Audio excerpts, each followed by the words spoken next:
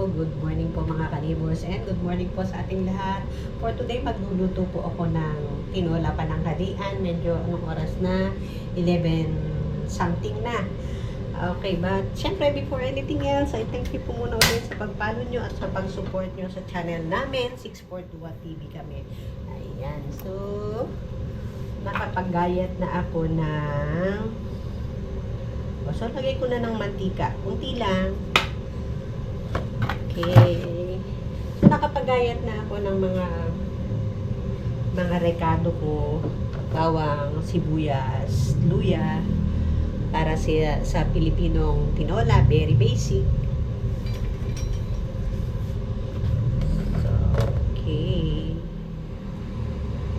Pag nagigisa ako nito, di ba, yung usual na pagigisa ng karamihan, isa-isa siyang nilalagay. Ako hindi, nilalagay ko na siya ng sabay-sabay. So, ayan, lagay muna natin ng luya, sibuyas, at saka bawang. So, hindi ko nilahat yung bawang ko kasi ay magsasarap ako ng kanin. Ang dami namin kanin na malamig. So, masarap naman siyang sinangag naman. So, ayan. Tinolang manok para sa tanghalian. Kita ba? Ayan.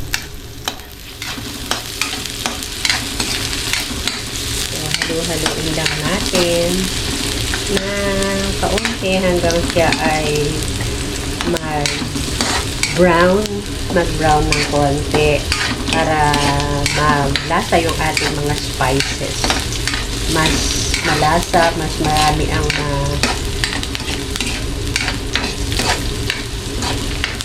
mas masarap. Ayan. So, umpisain natin ng konti ang ating mga sangkap para ma-induce na maigi yung kanyang mga aroma at lasa. Sarap kaya ng tinola, lalo kapag maraming luya, tapos paminta. Ang sarap yan. Medyo basta something na talaga pagka kami ay nagtinola at is something na pag nagluto kami talaga ng tinola ay yan ang mas marami na hindi usual sa iba kasi hindi sila masyadong maluya at hindi rin sila masyadong paminta sa pagluluto, pero dito sa amin hahanap-hanapin mo kasi yung lasa kapag wala yun.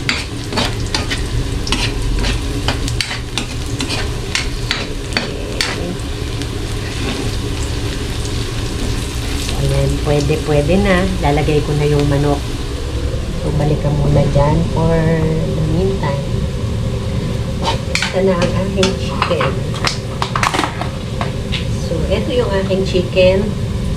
Ibinaba ko na yan sa freezer. So, malambot na siya. Lagay na natin.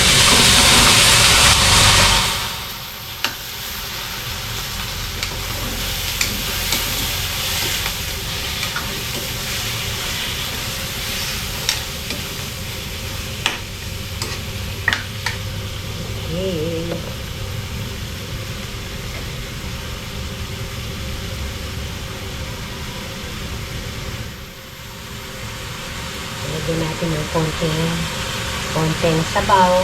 Konti lang para, hirap lang para siya ay magkalat. Maluto ng ayos. Ayan. So, lalagyan rin natin ng asin. At ito yung sinasabi ko sa inyo na paminta. Marami kaming magpaminta. So, 1, 2, 3, 4, 5, 6, 7, 8, 9, 10, 11, 12, 13, 14, 15. Okay. Medyo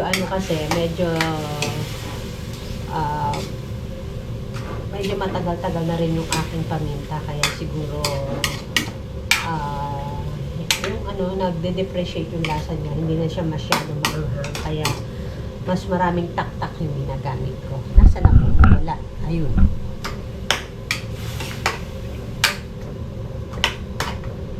So, ayan. Cover lang natin. for ilang minuto. Tapos, bisitahin na lang natin. For the meantime, prepare ko muna yung ating ilalahok or isasahog na sayote. Gusto ng husband ko sana ay papaya, kaya lang wala ako available na papaya. So, sayote ang aking isasama sa kanya. So, prepare ko muna. Okay, so eto na po. Tingnan natin ngayon kung ano na ang ating itsura na ating niluluto. Ayan na ang ating malapit ng malutong tinola. Dinagdagan ko na siya ng konting sabaw para mas malubog yung manok natin para pagkulo niya, maluluto siya. Maya, okay na. So, balik muna natin ulit for the meantime ang taklob. Ayan. So, okay. At nagdesisyon na rin ako na magsaing na lang instead of magsangag para mas mabilis. Pero isasangag ko pa rin yung yung kanin maya-maya. Pero for the meantime na kailangan kong magmadali, palagay at kasi may inaasikaso pa ako, nagbalat pa ako ng sayote. Kumbaga marami akong gagawin. So ayan, nagdesisyon akong magsaing na lang ng bago. Tapos, mamaya, magsahag na lang uli ako. Tapos, na-prepare ko na rin yung aking sayote. Ayan. So, eto na. Ready na siya. Ihuhulog na lang. Maya-maya kapag pwede na siya. Okay. Sige. So, ayan. Nakalimutan ko. Dinagdagan ko na pala siya ng tubig. Para yun. Enough na talaga yung sabaw niya. Tapos nilagyan ko ng sili at inilagay ko na rin ang aking sayote. Ayan. Okay, takloban lang natin. Antayin natin malambot ang sayote. Okay. Okay. So, ayan po mga ka-neighbors. So, ayan po mga ka-neighbors. At medyo lumalambot na. Ayan. Natutusok na yung ating sayote. So, lalagyan ko na rin siya ng kaunting malunggay. Kaunti lang kasi naiiba yung lasa. Mas masarap sana kasi yung dahon ng sili kaso wala ako available. So, dahon ng malunggay, pero hindi lang. Okay, ito na yung dahon. Sprinkle lang. And then, ayan na. Hantayin na lang natin siya. Talaga na maluto at lumambot. Alright. Ito na lang.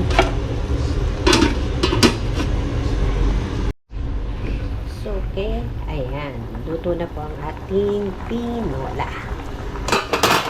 Okay, bye-bye po. Salamat po sa inyong panonood at kami ay manananghalian na ng masarap na tinola. Bye-bye po.